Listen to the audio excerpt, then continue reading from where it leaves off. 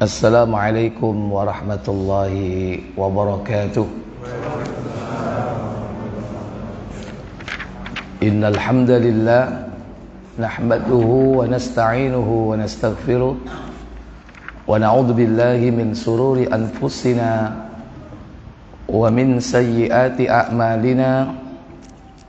Man yahdihillahu fala mudhillalah wa man yudlil fala hadiyalah.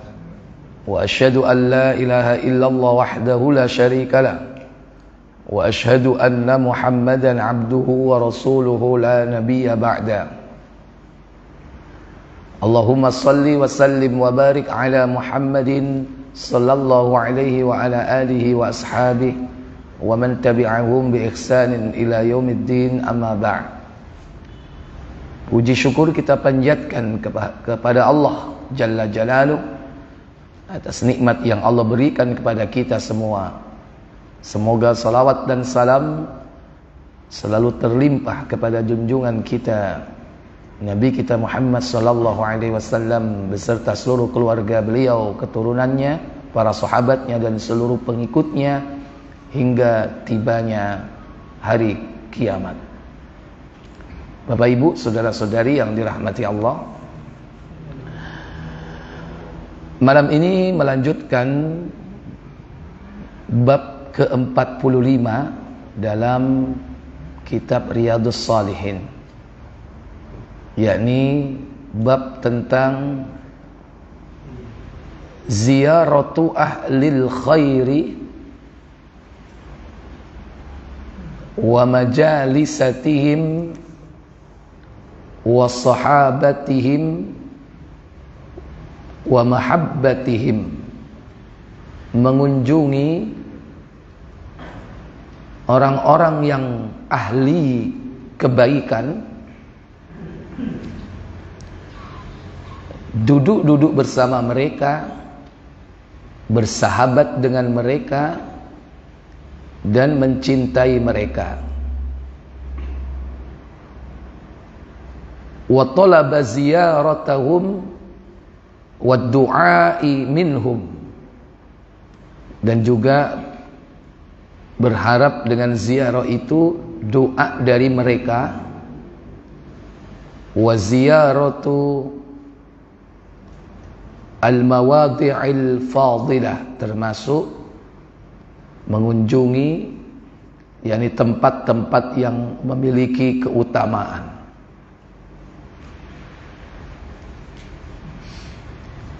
Yastahibbu ziyarata ahlil ilmi wal khair,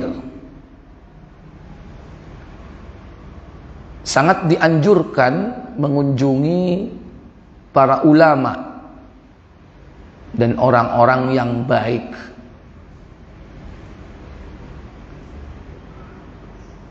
Wal fadli, dan juga orang-orang yang memiliki keutamaan. Keutamaan di sini dalam urusan din, agama, ya, bukan keutamaan dalam urusan dunia. Tasyuqan li ru'yatihim wa tazawwudu mimma indahum, yakni rindu untuk melihatnya, bertemu dengannya, dan membekali diri kita dengan apa yang ada pada mereka. Jadi pengen ketemu orang-orang alim, orang-orang yang baik, dan kita berharap kita bisa membekali diri dengan apa yang mereka miliki. Apa yang mereka miliki yaitu ilmu dan amal saleh. Bukan pengen memiliki hartanya, ya, atau memiliki kemewahan-kemewahan dunia yang mereka miliki.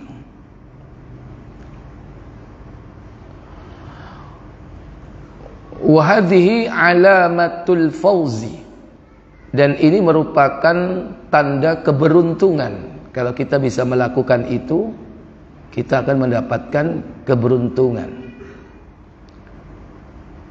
Fa innat atashabbu bil kirami falahun, karena sesungguhnya menyerupai orang-orang mulia itu merupakan kemenangan.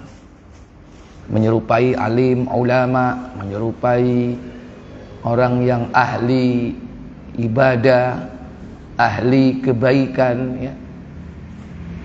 Nah, itu diharapkan kita akan mendapatkan kemenangan. Qala Allah Ta'ala, firman Allah Ta'ala, yakni dalam surah Al-Kahfi, tentang perjalanan Nabi Musa menemui Nabi Khadir. Orang bilang Nabi apa? Nabi Khidir. Diterangkan dalam surah Al-Kahfi, surah 18, mulai dari ayat 60 sampai 66, ya. Panjang ini, ya, lumayan 6 ayat. Ya, coba dibaca ayatnya, langsung terjemahan. Wa idh qala Musa li fatahu la abrahu hatta ablugha majma'al bahraini aw amdi huquba. Apa kata Allah? Ayat 60.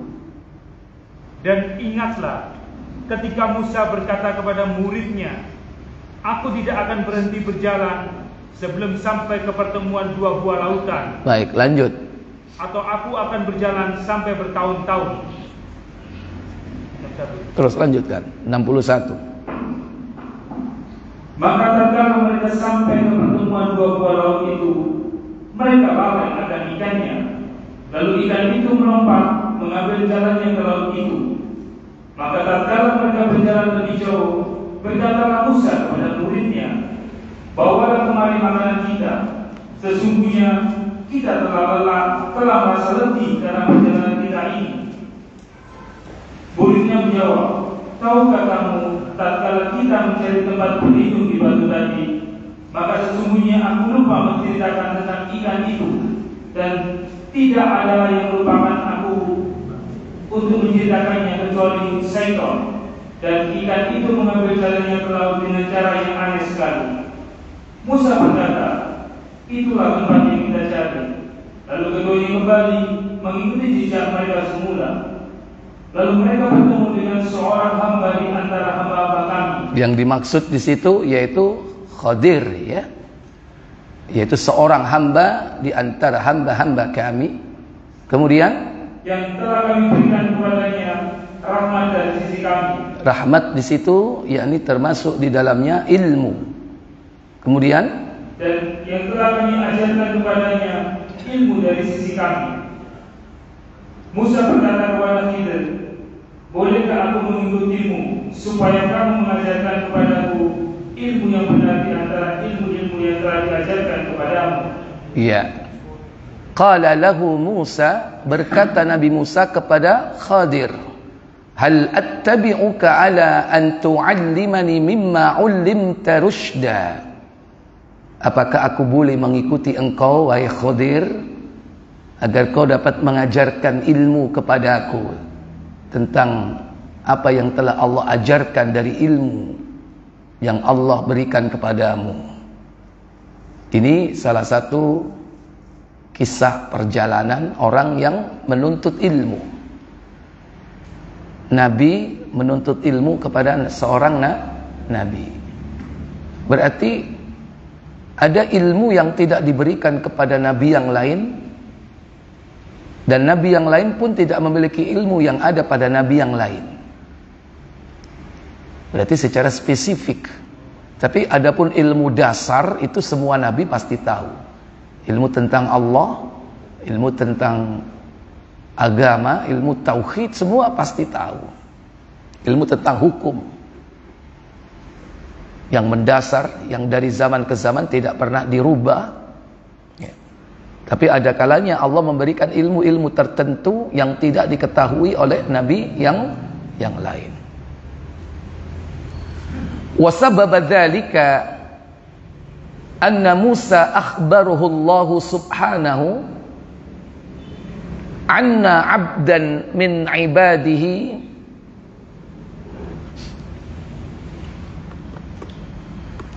bimajma'il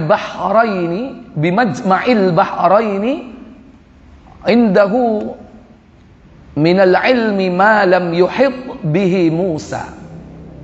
Sebab yang demikian ini karena bahwa Musa telah Allah kabarkan kepadanya ada seorang hamba di antara hamba-hamba Allah yang berada di sebuah tempat pertemuan antara dua laut, yang dia memiliki ilmu yang tidak diketahui oleh Musa. Farahala ilaihi talaban lil ilm, maka Nabi Musa melakukan perjalanan menemuinya untuk mendapatkan ilmu.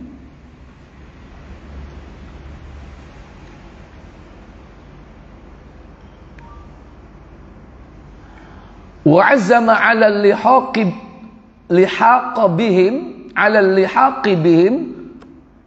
walau yabqa zamanan tawila, dan dia bertekad bulat untuk menemui orang tersebut sekalipun harus menghabiskan waktu yang sangat lama.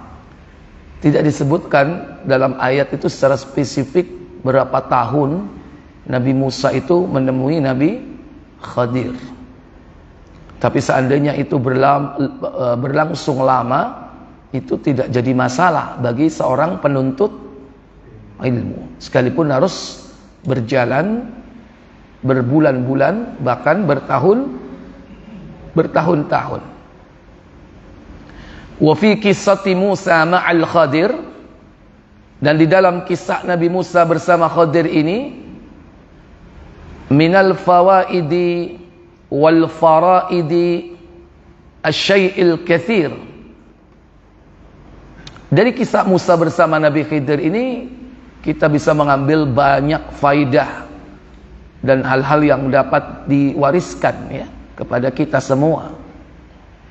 Lau uhsitaha la balaghat mi'atan wa azyad, dan sekiranya kau mengumpulkan faidah itu, kalian akan mendapati hampir lebih dari 100 faidah dari kisah itu. Banyak sekali ya, lebih dari 100 faidah.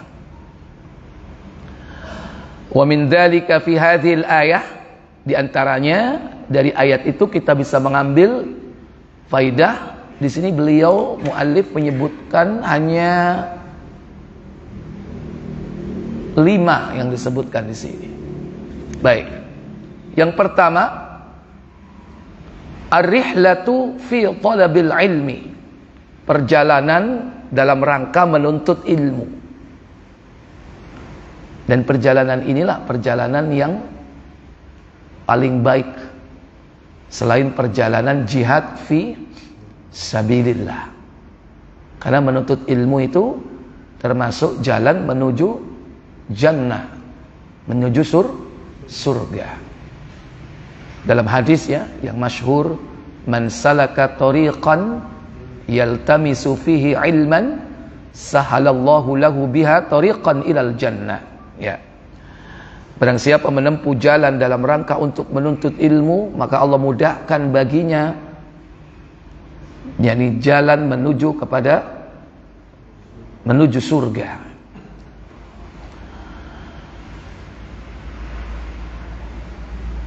Kemudian yang kedua, al-ilmu bita'allumi wal istizadati minhu amaratun khairun. Ilmu dianjurkan dipelajari dan ditambah untuk mendapatkan kebaikan.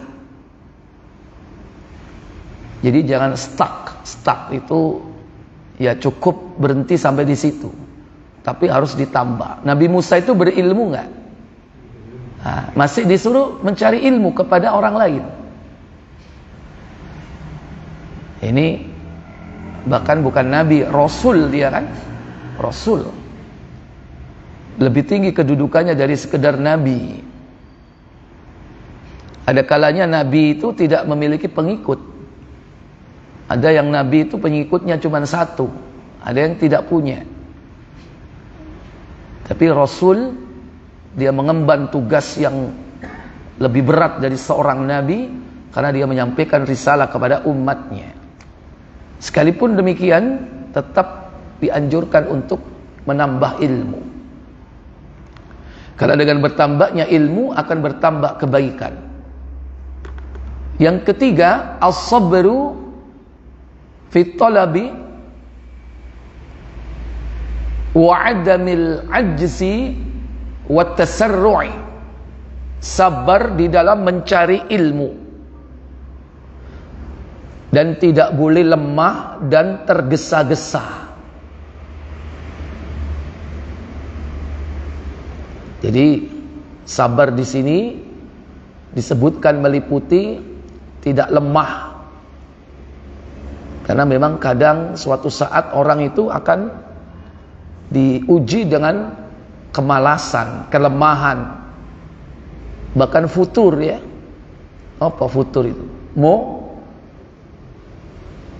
Jadi wong Jawa apa? Motong ya, motong. Lama nggak kelihatan, padahal dulu aktif tolabul ilm. Lama ya, kemana? Ya, kadang ada yang seperti itu, mungkin menghilang karena kesibukan duniawiyah, atau mungkin ibarat kambing yang lepas dari kawanan kambing, dia diterkam serigala. Serigala di sini maksudnya ya pengaruh teman-teman lama ya, yang ketemu lagi ya, kembali ke komunitasnya. Ini bahaya juga. Kemudian adamu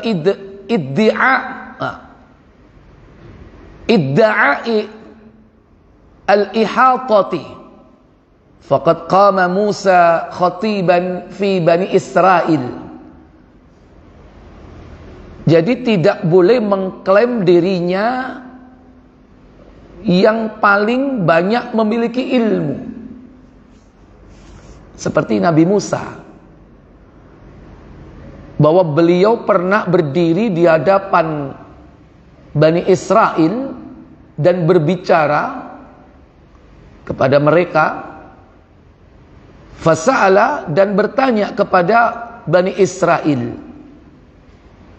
ayyun nas a'lam, siapa orang yang paling berilmu, kata Musa. Pertanyaan ini dijawab sendiri. Qal ana, aku adalah orang yang paling berilmu. Ini di depan Bani Israel dia ngomong seperti itu. Kemudian fa'ataballahu alaihi, Allah menegur Nabi Musa. Idh lam yurid al-ilma ilaihi, padahal Allah belum memberi ilmu kepada beliau, ditegur. Kama akhrajahul Bukhari, sebagaimana riwayat ini dikeluarkan oleh Imam Al-Bukhari. Tidak disebutkan di sini hadisnya nomor berapa. Coba dicari di digital, mungkin kata kuncinya Khidir ya, atau Musa. Baik. Kemudian yang kelima, benar ya, kelima ya.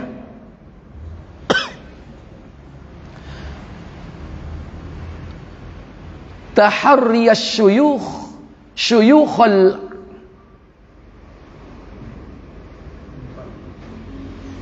yang keempat atau yang kelima? Udah terserah ya. Yakni dianjurkan untuk mencari asyuyukhal alimina al-amilin, yaitu orang atau seorang guru, syekh di sini bukan orang tua ya, tapi seorang yang berilmu ya. Kenapa ini? As-suyukhul alimina al-amilin, yaitu yang alim dan mengamalkan ilmunya. Ini penting ya, harus punya sifat ini.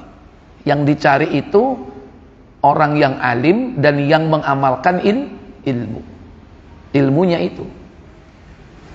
Kadang orang alim tapi nggak mengamalkan ilmunya, ya kita mendapatkan cuman pengetahuannya. Kadang orang yang beramal tapi nggak alim, nah ini juga lebih berbahaya, bisa jadi amalnya tanpa dasar ilmu. Jadi yang lengkap adalah yakni syekh, seorang guru ya, yang alim dan juga mengamalkan ilmunya. Li'akhadal ilma anhum, untuk mengambil ilmu darinya. Fa innal imana qaulun wa amalun, karena sesungguhnya iman itu meliputi perkataan dan perbuatan. Jadi hakikat orang yang berilmu itu adalah yang mengamalkan ilmunya. Kalau ada orang ilmunya banyak, mungkin sekolahnya atau mungkin menuntut ilmunya bertahun-tahun, apalagi sampai mendapatkan gelar-gelar yang luar biasa. Apa puncak dari gelar keilmuan itu apa? Oh, profesor ya, profesor. Tapi kalau hanya sekedar ilmu yang diketahui, hanya sampai pada tataran kognitif ya, hanya internalisasi ilmu yang diketahui dan dihafal, tapi tidak sampai pada tataran afektif, membentuk sikap hidup. Bahkan puncaknya ilmu itu harus sampai kepada tataran psikomotorik, yaitu amaliyah, diamalkan dalam bentuk apa? Perbuatan. Maka kalau tidak sampai kepada tingkatan itu, maka bisa jadi ilmu yang dimiliki itu kurang atau tidak bermanfaat. Makanya kita tiap hari bukan hanya minta ilmu, tapi juga minta apa? Manfaat dari ilmu itu. Ya. Allahumma inni as'aluka ilman nafi'ah. Dan kita berlindung kepada Allah. Wa a'udzubika min ilmin la yanfa'. Dan aku berlindung kepada engkau dari ilmu yang tidak bermanfaat. Banyak nggak kita dulu belajar sesuatu tapi hari ini nggak manfaat, hanya buang-buang waktu. Bisa jadi ilmunya yang dipelajari bukan ilmu syar'i, ilmu duniawiyah, sekarang nggak manfaat. Atau kadang juga belajar ilmu agama, ilmu syar'i, tapi nggak manfaat, hanya karena tidak diamalkan itu. Faham tentang agama tapi tidak diamalkan. Nah, kita berlindung dari hal-hal tersebut ya. Wa qala Allah Ta'ala, firman Allah Ta'ala dalam surah Al-Kahfi pada ayat ke-28. Wasbir nafsaka ma'al ladina yad'una rabbahum bil ghadati wal 'ashyi yuriduna wajhah. Ya, perintah agar bersabar. Apa kata Allah Jalla wa'ala? Dan bersabarlah kamu bersama-sama dengan orang-orang yang menyuruh Rabb-nya di pagi dan siang hari dengan mengharap keridhaannya. Dan janganlah juga matamu berpaling dari mereka karena mengharapkan perhiasan dunia ini. Ya. Dan janganlah kamu mengikuti orang yang hatinya telah kami lalaikan dari mengingat kami, serta menuruti hawa nafsunya, dan adalah keadaannya itu melewati batas. Wasbir, dan bersabarlah. Wasbir nafsaka, dan bersabarlah kalian ma'alladina yad'una rabbahum, yaitu bersama dengan orang-orang yang menyeru Rabb mereka. Duduk dalam satu majlis untuk melaksanakan ibadah, duduk dalam satu majlis untuk mengkaji ilmu syar'i. Berarti dia menyeru Allah bil ghadati wal ashi, di pagi dan petang hari. Yuriduna wajha, yang dilakukan semata-mata ikhlas, mencari wajah Allah. Jadi dianjurkan menuntut ilmu itu ikhlas, semata-mata untuk mendapatkan pahala dari Allah. Dan dianjurkan untuk selalu bersama dengan orang-orang yang mengingat Allah. Ya'murullahu ta'ala Rasulahu Muhammadan ayyajlisa ma'al ladina yadhkurunallaha. Allah memerintahkan kepada Rasulnya Muhammad melalui ayat tadi Al-Kahfi 28 ya, yakni agar Nabi kita Muhammad duduk bersama orang-orang yang mengingat Allah. Wa yuhallilunahu, mengucapkan tahlil ya. Tahlil gimana? La ilaha illallah. Tahlil bukan tahlilan, beda antara tahlil dan tahlilan. Apa-apa kalau ditambahi an itu pengertiannya berbeda. Solawat itu bagus, tapi kalau ditambahi an jadi apa? Bojo itu bagus, kalau ditambahi an jadi apa? Bahaya nggak? Iya. Jadi tahlil, mengucapkan la ilaha illallah. Kapan kita melakukan? Setiap pagi dan petang, habis subuh, habis asar, 100 kali la ilaha illallah wahdahu la syarikalah lahul mulku wa lahul hamdu wa huwa ala kulli syai'in qadir. Ya kan? Wa yahmadunahu wa yusabbihunahu wa yukabbirunahu, memuji Allah, mensucikan Allah, mengagungkan Allah. Wa yas'alunahu bukratan wa 'ashiyya min ibadillah, dan meminta kepada Allah di waktu pagi dan petang. Mereka adalah di antara hamba-hamba Allah. Dianjurkan kita bersama mereka, tapi harus dibedakan ya, bersama-sama zikir dengan zikir bersama. Beda apa sama? Beda. Zikir bersama dengan sama-sama zikir itu beda.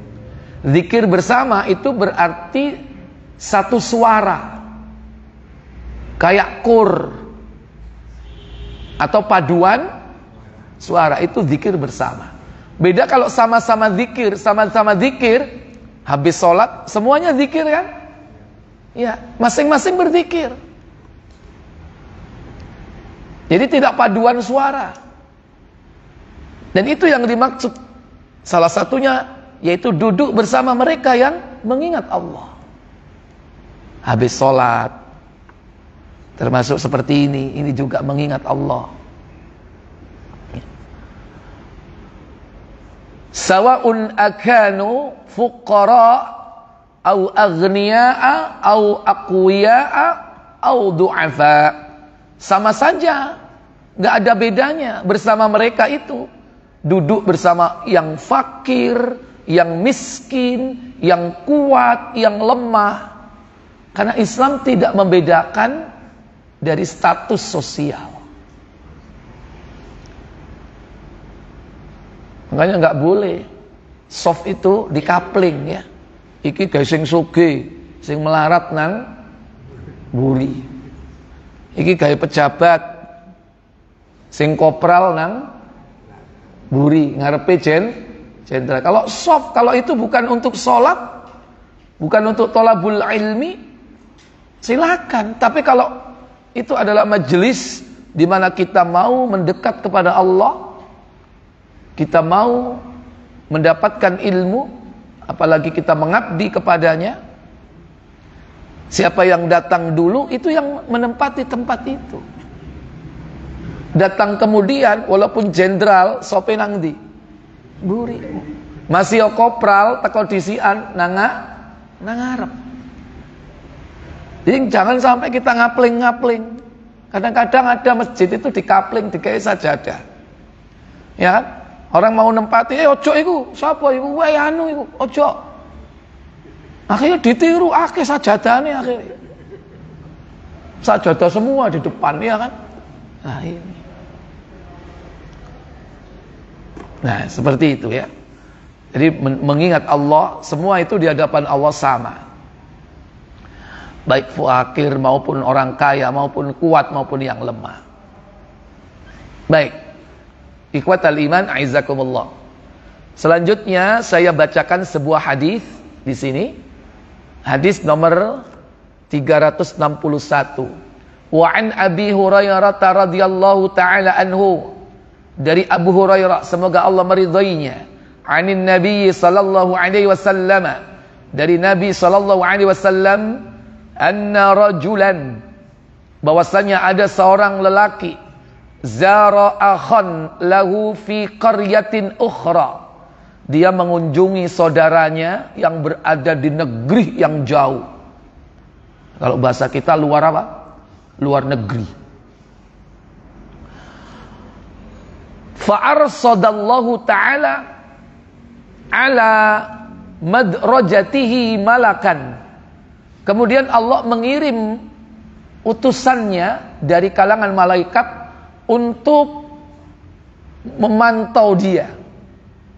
Ya, untuk mendampingi perjalanannya.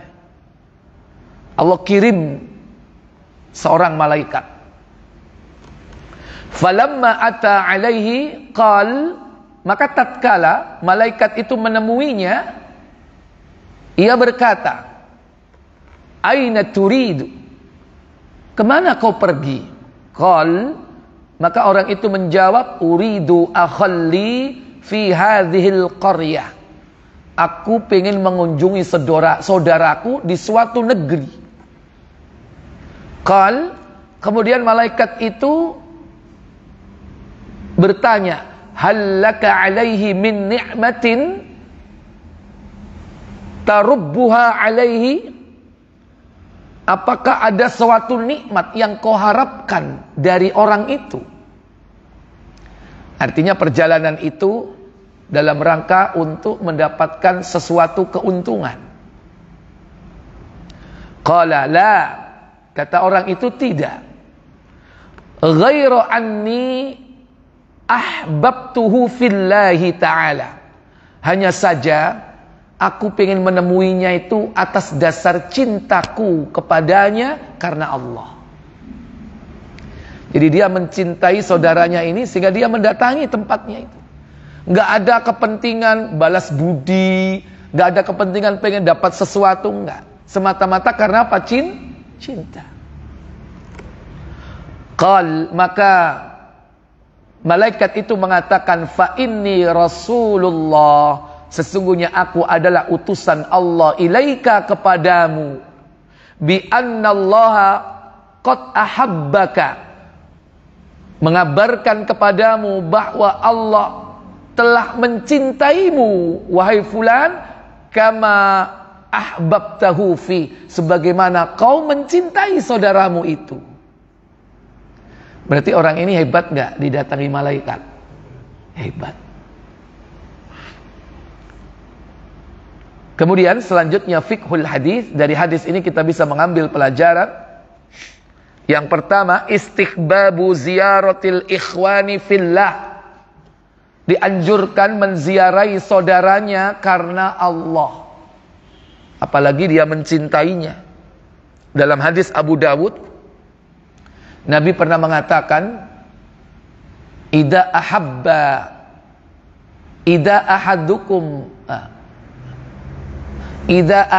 ahadukum akhahu, apabila salah seorang di antara kalian mencintai saudaranya, falyati fi manzilihi, maka datangilah rumahnya. falyukhbirhu, kabarkan kepadanya, annahu yuhibbuhu lillah, bahwasanya kau mencintainya karena Allah. Pernah dengar hadis itu? Ada? Hah? Nomor berapa? Lupa. Ya. Jadi itu, kita dianjurkan untuk menyampaikan bahwa kita ini cinta kepadanya. Yang kedua, al-ikhwatu fillahi fawqa rawabitid dami wan nasabi wal masalih. Persaudaraan karena Allah itu harus berada di atas hubungan darah, hubungan nasab, dan hubungan kepentingan-kepentingan. Jadi lebih tinggi kedudukan apa? Bersaudara karena apa? Allah. Bisa jadi bukan saudara, bukan sanak kerabat, bahkan tidak ada kepentingan apa-apa. Bertemu di suatu tempat sama-sama berakidah yang sama. Berarti dia bersaudara karena Allah. Awalnya nggak tahu, kadang-kadang pakaiannya nggak jelas. Begitu dia bersin hasying, dia ucapkan apa? Alhamdulillah. Ternyata orang di sebelahnya yang tadi nggak jelas dia agamanya apa, tahu-tahu mengucapkan apa? Yarhamukallah. Kita balas yahdikumullahu wa yuslihu balakum. Kalau itu kita bertemu di luar negeri yang mayoritas kafir, gimana hubungan kita dengan dia? Akrab nggak? Jadi akrab nggak? Jadi akrab. Kalau ketemu itu di asedik biasa, ya, bendino kepethuk, dan mayoritas Islam. Tapi kalau di sebuah negeri yang Islamnya jarang, ketemu saudara kita, langsung hati ini connect. Ya tentunya jangan nunggu nanti di luar negeri. Dimanapun kita berada, kita bersaudara itu karena Allah. Dan itu harus lebih tinggi kedudukannya daripada bersaudara karena nasab, atau karena hubungan darah, atau karena kepentingan. Karena semua itu bisa hilang, tapi kalau bersaudara karena Allah tidak akan pernah hilang sampai kapanpun. Bahkan sampai bertemu di surga. Wallahu a'lam. Sudah azan? Silakan azan dulu.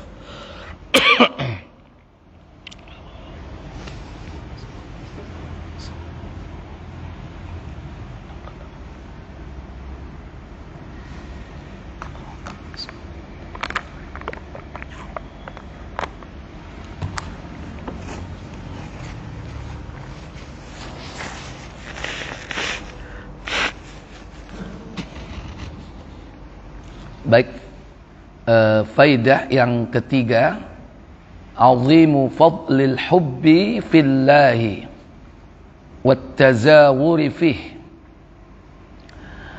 Agungnya keutamaan mencintai saudara karena Allah. Karena persaudaraan yang didasarkan cinta karena Allah itu kekal. Bahkan dalam sebuah hadis, orang yang mencintai karena Allah nanti akan dibangkitkan di padang mahsyar, dinaungi dengan awannya, dengan naungan Allah. Rajulani tahabba fillah. Dua orang lelaki yang saling mencintai karena Allah. Ijtama'a alaihi wa tafarraqa alaihi. Dia berkumpul karena Allah, berpisah karena Allah. Baik. Yang keempat, man ahabba fillahi faqad ahabbahu Allahu. Barang siapa yang mencintai karena Allah, maka Allah akan mencintainya. Tentu yang dicintai keduanya, baik yang mencintai ataupun yang dicintai. Allah mencurahkan cintanya kepadanya. Nah, cinta karena Allah ini tentu dasarnya adalah agama. Dan agama didasarkan atas ilmu. Nah, cinta karena Allah tentunya dia melakukan aktivitas dalam membangun kecintaannya itu aktivitas yang diridhoi Allah. Nang dindingin tel ya kan, melok. Tapi aktivitasnya tidak diridhoi.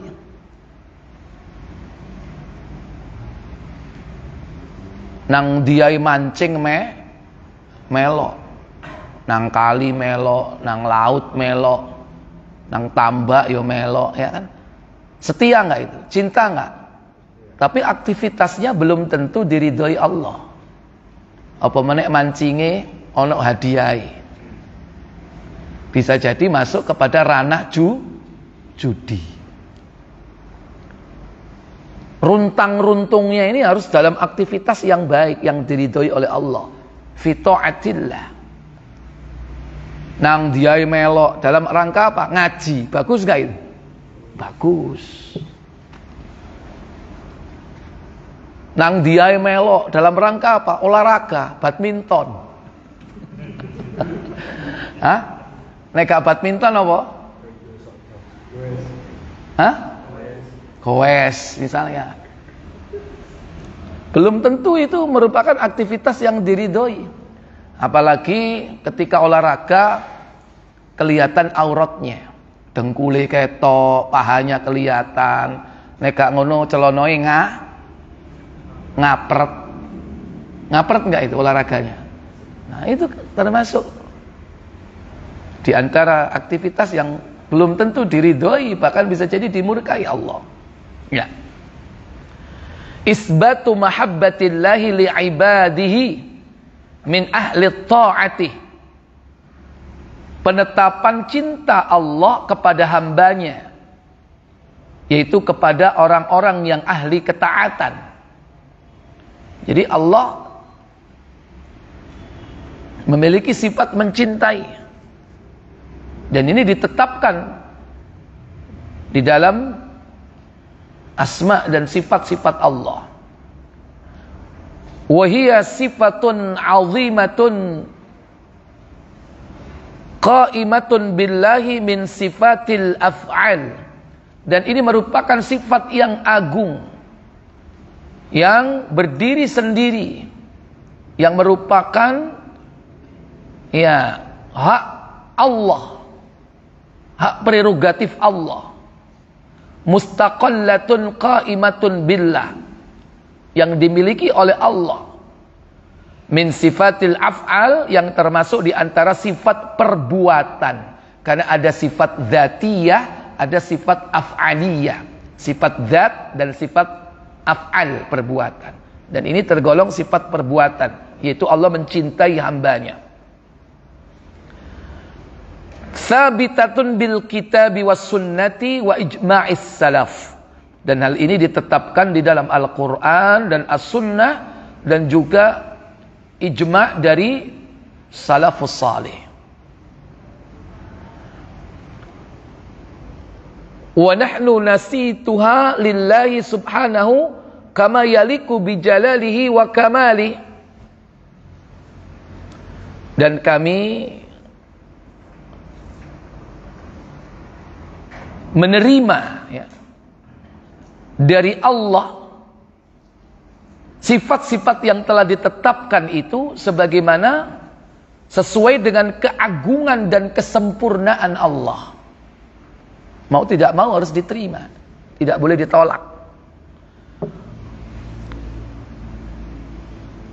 Wala nu'awwiluha ta'wilal khalaf al-qailina, dan tidak mentakwilnya sebagaimana takwilan-takwilan orang-orang zaman sekarang, termasuk para ulama-ulama khalaf, menakwilkan sifat Allah yang yakni mahabbah ya, sifat cinta itu. Al-qailin, di mana mereka mengatakan al-muradu iradatul khairi wat taufiqi li ibadihi wal lutfi bihim. Kata mereka, yang dimaksud dengan Allah mencintai hambanya itu adalah kehendaknya kepada hambanya untuk mendapatkan kebaikan dan taufik. Ini takwil seperti ini. Allah mencintai hambanya ditakwil apa? Oh, dia dapat taufiknya. Oh, dia dapat kebaikannya. Ya. Kalau cinta ya cinta, sebagaimana kita juga bisa mencintai. Atau kelembutan Allah kepada mereka. Nah, ini juga takwil. Baik. Kemudian yang terakhir,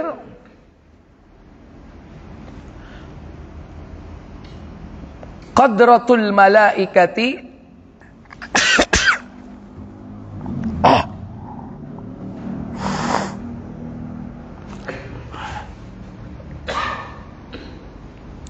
kok nyetrum. Afwan, sebentar. Agak kurang fit hari ini. Qudratul malaikati ala at-tashakkuli fi suratil bashar. Kemampuan malaikat di dalam merubah bentuknya. Berbentuk dirinya itu menjadi seperti manusia, dalam bentuk manusia. Karena Allah itu memang memberikan kemampuan kepada malaikat untuk apa? Merubah bentuknya menjadi manusia. Seperti dalam hadis ini, orang yang tadi didatangi oleh malaikat, berarti malaikatnya itu dalam keadaan asli atau berubah bentuk manusia. Hah? Kalau asli, orangnya akan lari, Pak. Kenapa? Malaikat punya apa? Punya sayap ya. Belum pernah kan Bapak, Ibu melihat orang yang punya sayap? Belum pernah ya. Dan pasti Bapak akan lari, ketakutan ya. Makanya dia merubah bentuknya menjadi apa? Menjadi manusia. Dan kalau malaikat merubah menjadi manusia, yang perlu diketahui, yang pertama, mesti jenis kelaminnya laki-laki, nggak pernah perempuan. Malaikat nggak pernah berubah bentuknya seperti perempuan. Justru yang sering menjadi perempuan itu iblis. Ya, makanya nggak ada kakek sihir, yang ada apa? Perempuan. Ya. Pak Lampir nggak ada, yang ada apa? Iya, perempuan juga gitu. Jadi kalau yang laki-laki itu hanya diserupai oleh malaikat. Malaikat hanya menyerupai jenis kelamin laki-laki. Yang kedua, Malaikat itu akan menyerubah bentuknya seperti manusia dengan adab-adab etika berpakaian dan berhias sesuai dengan sunnah. Di antaranya sering datang malaikat itu pakaiannya warnanya apa? Putih, karena warna putih itu paling dicintai oleh Nabi. Itu. Dan tentunya prinsip-prinsip berpakaian diikuti sesuai dengan apa yang dituntunkan di dalam cara berpakaian. Nggak mungkin malaikat itu isbal, ya kan? Nggak mungkin. Atau malaikat itu nggak mungkin memakai pakaian yang menjadi ciri khas orang kafir, nggak mungkin. Malaikat dasian, ya, nggak mungkin, ya kan? Atau mungkin berpakaian seperti orang-orang kafir, seperti para pendeta. Nggak mungkin malaikat itu pakai beskap, pakai sewek, nyengkelit keris, ya kan? Gawe blangkon, nggak mungkin malaikat seperti itu. Justru yang sering seperti itu yang keluar dari ceret, ya. Kuberi 3 permintaan. Apa itu? Ya, justru syaitan yang sering menyerupai seperti itu. Ya, ciro lupa. Ya, jadi ada 6 faedah dari hadis tersebut. Wallahu a'lam. Mohon maaf, mungkin sampai di sini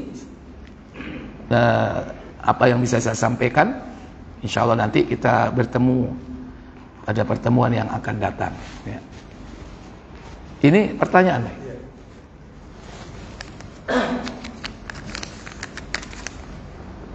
Assalamualaikum warahmatullahi wabarakatuh. Waalaikumsalam warahmatullahi wabarakatuh. Allah afwan Ustadz, jika kita melakukan sholat witir sebelum tidur lalu sholat tahajud, apakah ditutup dengan sholat witir juga Ustadz? Terima kasih. Bagi mereka yang sudah sholat witir di awal malam kemudian bangun di tengah malam untuk sholat tahajud, bisa dilakukan dengan 2 cara. Cara pertama, setelah sholat tahajud dia tidak perlu melakukan sholat witir, karena sudah melakukan sholat witir di awal malam. Jadi cuma lakukanlah sholat, yaitu 2 rakaat semampunya. Karena sholat malam itu kata Nabi, sholatul lail mathna, ya, 2 rakaat. Jadi yang pertama tanpa witir. Cara yang kedua yaitu bisa melakukan witir setelah tahajud, tapi dengan syarat dia harus menggenapkan sholat witirnya. Tadi kan sholat witir, kemudian dia sholat 1 rakaat untuk menggenapkan sholat witirnya tadi itu, sehingga menjadi genap. Terus melakukan sholat tahajud, nanti kemudian ditutup dengan witir. Terserah mau pilih yang mana. Ya. Yang perlu diketahui bahwa witir itu sholat yang jumlah bilangannya adalah ganjil. Berapa saja sholat witir itu? 1, terus 3, terus 5, terus 7, terus 9, terus 11, terus berapa? 13, terus kaono 15, terakhir 13. Aku jebak sampean. Oh, diterusno bilangan ganjil terus. Maksimal sholat witir itu 13 rakaat. Jadi boleh semua sholat malamnya itu 13 rakaat semuanya witir, itu boleh. Jadi sholat malamnya cuma witir aja, tapi 13. Ya. Tapi ada tata caranya. Dari setiap macam tadi itu ada tata caranya. Lihat itu di dalam tulisannya Syekh Bazmul, ya, tentang sholat-sholat sunnah. Bagaimana tata caranya sholat witir yang 9 rakaat. Nah, umumnya kan orang melakukannya 3, kan? Lah 3 witir 3 rakaat itu ada 2 cara.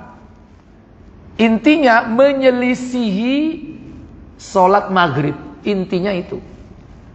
Cara pertama, 2 rakaat salam, kemudian berdiri 1 rakaat, setelah itu salam.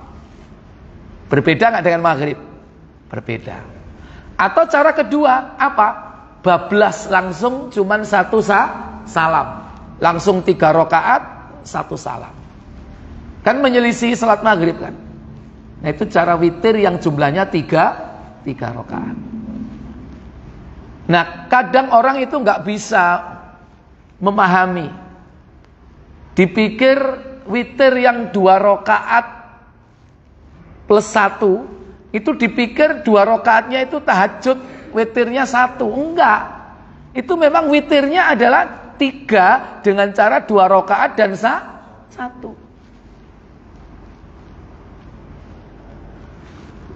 Jadi boleh seperti itu. Dan itu justru lebih afdol. Karena dilakukan untuk sholat malam. Karena apa? Sholat malam itu 2 rakaat, 2 rakaat, 2 rakaat. Termasuk witirnya boleh 3 rakaat, boleh 1 rakaat. Kalau 3 rakaat ya berarti dengan 2 cara tadi itu. Tapi yang lebih utama 2 dan 1. Tapi kalau witirnya cuma 1 rakaat ya boleh. Keumuman dari hadis bahwa sholat malam 2 rakaat, 2 rakaat, kalau menjelang subuh maka tutuplah cukup dengan 1 rakaat witirnya. Jadi minimal sholat malam itu ya 2 rakaat plus 1 rakaat witir. Paling minim itu ya. Kalau Nabi sendiri di luar Ramadan maupun di dalam Ramadan tidak pernah lebih dari berapa? 11 atau 13 rakaat, nggak pernah lebih. Itu fi'liyah, sunnah fi'liyah, sunnah perbuatan Nabi. Tapi sunnah perkataan Nabi, sholat malam 2 rakaat, 2 rakaat, 2 rakaat. Artinya apa? Menurut ucapan Nabi, sholat malam itu tidak ada batasnya. Makanya boleh lebih dari 13, 21, 23, terserah. Jadi dua-duanya dipakai. Makanya ojo ribut sing selikur ambek 11. Sing penting sholate ojo cepet, bacanya tartil. Yang penting itu. Sholatnya 23 tapi 10 menit. Nah ini yang bahaya. Ada nggak seperti itu? Hah? Ada. Baik, saya pikir cukup. Subhanakallahumma wa bihamdik, asyhadu an la ilaha illa anta, astaghfiruka wa atubu ilaik. Wassalamualaikum warahmatullahi wabarakatuh.